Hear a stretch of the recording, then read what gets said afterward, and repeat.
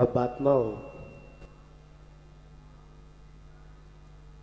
इस पंच कल्याणक महामहोत्सव में महापात्रों की आवश्यकता होती है और आज उन महापात्रों की पूर्ति हो गई। ये लोग घबरा रहे थे कि महाराज पूरे पात्र नहीं बने। चिंता मत करो, आज तक ऐसा कोई पंच कल्याणक नहीं हुआ जो बिना पात्रों के हो गया। और यह कार्य आपका संपन्न हो गया है। अब हमें ये समझना है कि जिसके हम ये पंच कल्याणक मना रहे हैं वह जीव पूर्व में क्या था और उसने क्या किया कि तीनों लोग उसके उत्सव मनाने में आतुर हो रहे हैं। आचार्य भगवंत ने एक दोहा लिखा है, चिर अपावन है रहा हम सबका इतिहास, आज शान पर है चढ़ा कल खानों में वास। अनादिकाल से हम सबका इतिहास क्या रहा है, तो हम सब अभी तक कैसे बने हुए हैं? अपावन है। आप लोग अभी पावन नहीं है। हम लोग फिर भी कह सकते हैं कि भाई पावन हो गए हैं, पवित्र हो गए हैं, रत्नात्रय को धारण कर लिया है, इसलिए हम लोगों की चरण रज लेने के लिए आते। लेकिन ऐसे जीव हैं जो अभी असंयम में ही डले हुए हैं, पड़े हुए हैं। तो सबकी स्थिति, जो यहाँ तीर्थंकर बनने वाले हैं उनकी भी स्थिति पूर्व में यही थी। जिस प्रकार से स्वर्ण पाषाण खान में पड़ा रहता है, लेकिन वहां से निकल आ जाए और शान पे चढ़ जाता है, यानी वह तप की भट्टी में इसको झोंक दिया जाता है, तो कितने कैरेट का? 24 कैरेट का स्वर्ण तैयार होकर के आपके सामने आ जाता है। ऐसे ही 10 भाव पूर्व में यह जीव कहां पर था? विदेश क्षेत्र में श्री सेन नाम के राजा थे और सुंदरी नाम की उनकी रानी थी। उनके 2 पुत्र थे। बड़ा पुत्र जिसका नाम जयवर्मा था और छोटा पुत्र श्रीवर्मा था। छोटे पुत्र पर सबका अनुराग ज्यादा था, प्रजा के लिए वह प्रिय था। और जब युवराज पद की बात आई तो पिता ने बड़े पुत्र को युवराज पद ना दे करके छोटे पुत्र को युवराज बना दिया। और ये तो अनादिकाल से होता आ रहा है, जिसका पुण्य तेज होता है और उसके लिए लोग हमेशा आगे करते रहते हैं। ये आप लोगों को महापात्र बनने का ये सौभाग्य मिला है, समझ लेना। ये आप उन सब में आपका पुण्य तीव्र था, इसलिए लोग उस पुण्य ने आपको आगे करा दिया।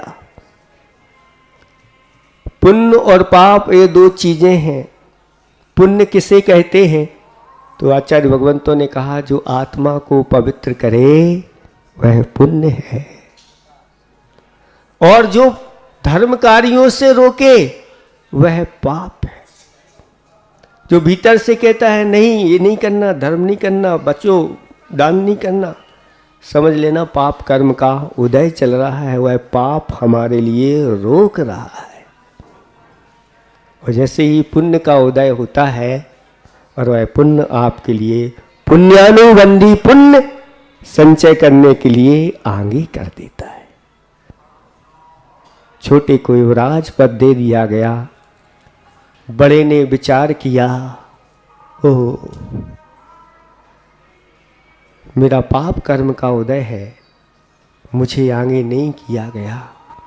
और विचार करता रहा और विचार करते करते वैराग्य को प्राप्त हो गया कि मुझे अब इस संसार में नहीं रुचना पचना नहीं। राज समाज महाअघ कारण बैर बराबर, ये राज समाज आदि आदि इनमें तो सब बैर बढ़ाने वाले कार्य होते हैं। और वह जाकर के उन्होंने दिगंबरी दीक्षा को धारण कर लिया। दिगंबरी दीक्षा धारण करके और तप करना प्रारंभ किया। नवीन महाराज थे और उन्होंने देखा कि ऊपर से एक विद्याधरों का विद्या अधिपति वह महान वैभव के साथ आकाश मार्ग से जा रहा था। और मुनिराज ने उसके वैभव को देखा और ऐसी भावना उनके अंदर हो गई कि मुझे भी अगले भाव में ऐसा वैभव मिले। ऐसी वह भावना कर रहे थे। हुआ यूं कि एक सर्प बिल में से निकल करके आया और उन मुनिराज को डस लिया और इसी भावना के साथ उनका मरण हो गया। और वह अगले भाव में महाबल नाम के विद्याधर हुए, जिनके पास असीम वैभव था, सब सुख थे। उस विद्याधर ने अपने जीवन में अनेक सुखों को प्राप्त किया। चूंकि मुनिराज थे और उन्होंने इस प्रकार का निदान कर लिया। मिलना तो था बहुत बड़ा, लेकिन छोटे में ही वह काम हो गया। हमारे आचार्य भगवंतों ने कहा ये धर्म का फल अचिंत है। अगर आप इस धर्म के फल को निदान आदि में नहीं बांधते हैं तो 3 लोक का साम्राज्य आपके चरणों में नतमस्तक हो जाएगा। और मांग लिया तो उतना ही, लेकिन मिल गया। लेकिन निदान से जो प्राप्त होता है उन सारी वस्तुओं में फिर उनकी आसक्ति हो जाती है और कितना जीवन सुखपूर्वक व्यतीत हो गया पता नहीं चला। उस राजा के 4 मंत्री थे, 3 मिथ्या दृष्टि थे और एक स्वयं बुद्ध नाम का मंत्री था, वो सम्यक दृष्टि था। अपने स्वामी की हमेशा वह हित में ही बात करता था, उनके हित का चिंतन करता था। एक दिन वह स्वयं बुद्ध मंत्री अकृत्रिम चैत्यालयों की वंदना के लिए गया और वहां 2 चारण रिद्धिधारी मुनिराज के दर्शन हुए और उनके चरणों में वह नतमस्तक हो गया और पूछा कि मेरा जो राजा महाबल है वह भव्य है कि नहीं, वह मैं जो बताता हूं उसका सिद्धांत करता है कि नहीं, और वह आगे किस गति को प्राप्त होगा। उन दोनों चारण रिद्धि भारी मुनिराजों में जो बड़े महाराज थे उन्होंने कहा कि तुम्हारा राजा भव्य है और 10वें भाव में जाकर के वह यहाँ भरत क्षेत्र के प्रथम तीर्थंकर आदिनाथ भगवान के रूप में उनका आना होगा। तो उसको बड़ी प्रशंसा हुई और उन महाराज ने कहा कि तुम्हारे उस राजा ने 2 रात्रि में स्वप्न देखे हैं। एक स्वप्न तो ये देखा है कि 3 मंत्रियों ने तुम्हारे लिए ऐसे कीचड़ में गिरा दिया है और तुमने उनको कीचड़ में से निकाल करके स्नान करा के सिंहासन पर विराजमान कर दिया है। और दूसरा स्वप्न है कि जो अग्नि ज्वाला है वह ज्योति मंद होती चली जा रही है और अंत में बुझने वाली है। अब तुम्हारे राजा की आयु मात्र 1 माह की बची है। जाकर के संबोधन करो और इन स्वप्नों का फल बता देना, पहले पूछने के पहले ही वह तुम्हारी प्रत्येक बात पर विश्वास करेगा।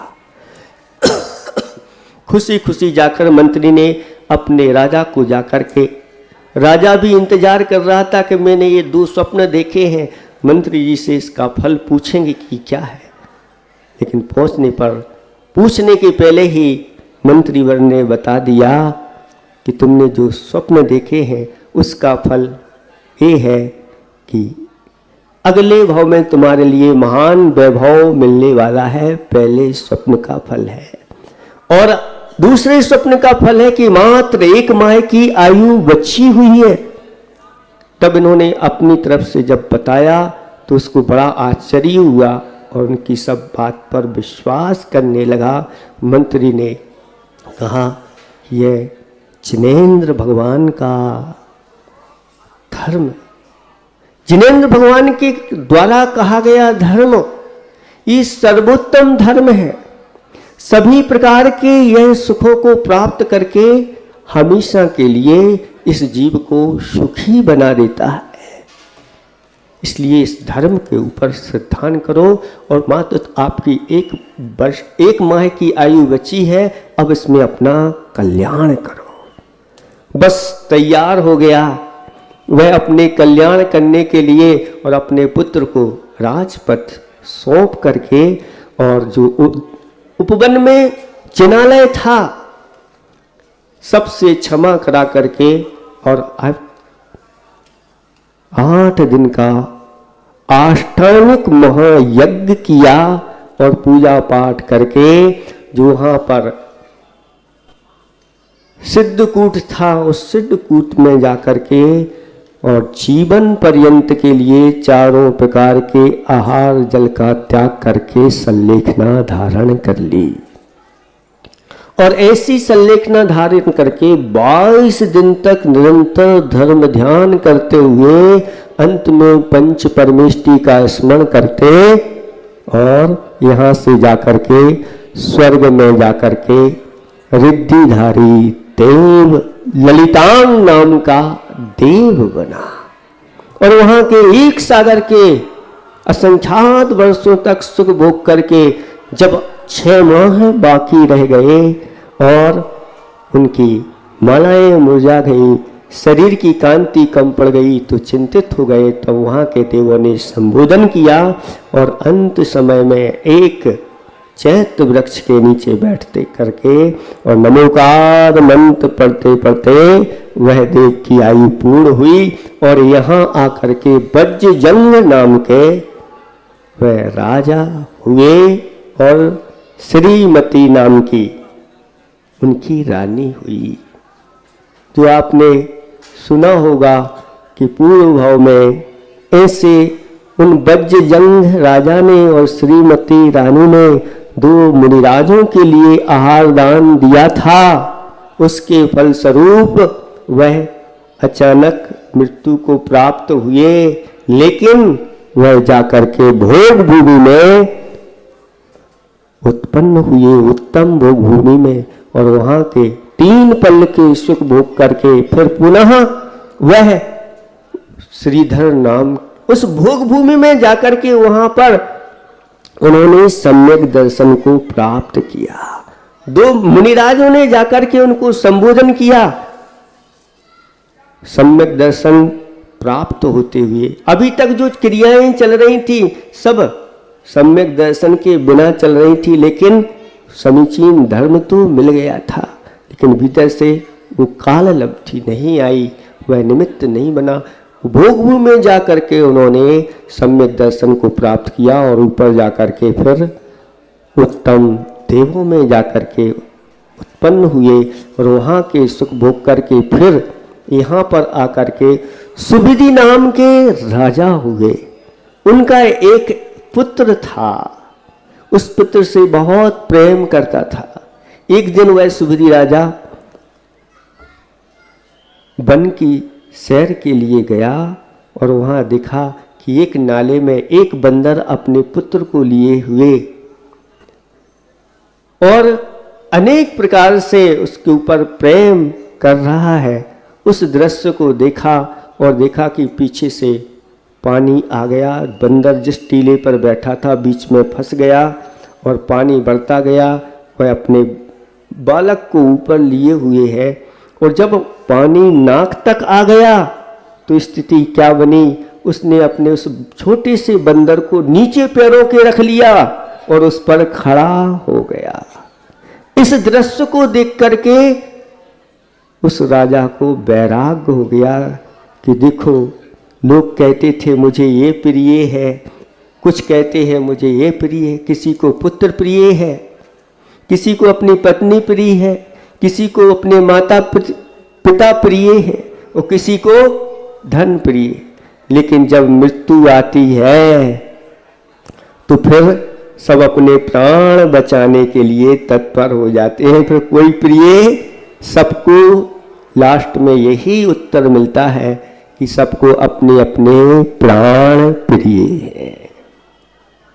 और वो आप सब लोग देख भी चुके हैं कोरोना काल में कि किसी को कोरोना हो गया तो कोई पास में जाने के लिए तैयार नहीं।